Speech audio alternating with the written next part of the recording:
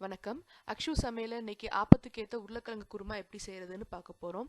ஒரு 3ல இருந்து 5 பேர்த்துக்கு தேவையான பொருட்கள் என்னென்னன்றத பார்க்கலாம்.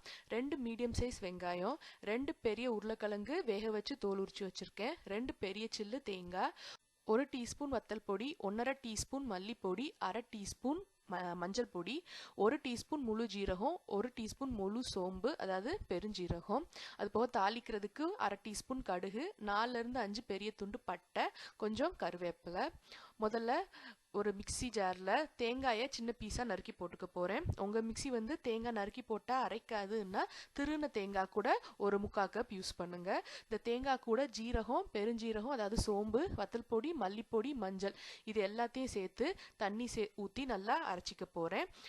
தேங்காய் வந்து ரொம்ப கூலாக இருந்ததுனால நான் சுடுதண்ணி ஊற்றி அரைச்சிருக்கேன். நல்லா மையாக அரைஞ்சி வந்திருக்கு. இது தனியாக இருக்கட்டும்.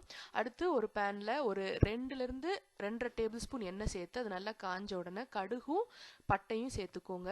அது நல்லா பொரிஞ்சு வந்த உடனே கருவேப்பிலையும் போட்டு தாளிச்சிட்டு நம்ம 2 மீடியம் சைஸ் வெங்காயத்தை நான் நல்லா பொடியாக நறுக்கி வச்சுருக்கேன்.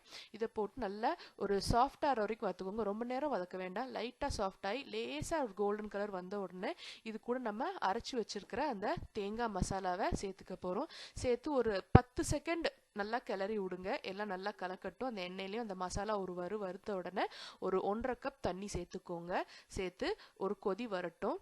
முதல்ல ஒரு கப் சேர்த்தேன், இப்போ ஒரு 1/2 கப் சேர்த்துருக்கேன். மொத்தம் ஒரு 1.5 கப் சேர்த்து கொதிக்க விடுங்க. கொதிச்ச உடனே இதுக்கு தேவையான உப்பு ஒரு 1.25 டீஸ்பூன் உப்பு சேர்த்துக்கோங்க.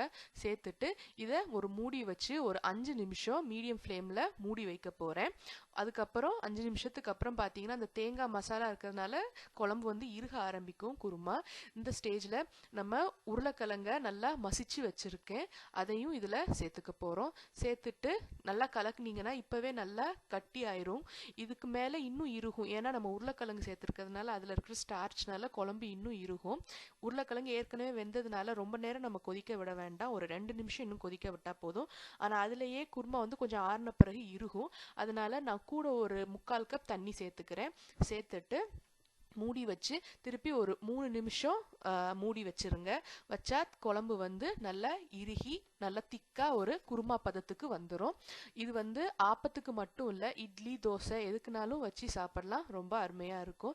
இப்போ இது கொதிக்க ஆரம்பிச்சிருச்சு. நான் இதை வந்து மூடி வச்சிட போகிறேன். ஒரு 3 நிமிஷத்துக்கு அப்புறம் திறந்து பார்த்தீங்கன்னா எண்ணெய் மேலாப்பில் தெளிஞ்சு குருமாவும் நல்லா கட்டி ஆயிடுச்சு. உருளைக்கிழங்கு தேங்காய்லாம் இருக்கிறதுனால நல்லா இறுகி வந்துருச்சு. இது ஆறுனதுக்கப்புறம் இன்னும் கட்டியாக ஆகும். ஒரு 10-15 நிமிஷம், 1/2 மணி நேரத்துக்கு அப்புறம் நீங்கள் சர்வ் பண்ணும்போது கரெக்டான பக்குவத்துக்கு வந்துடும்.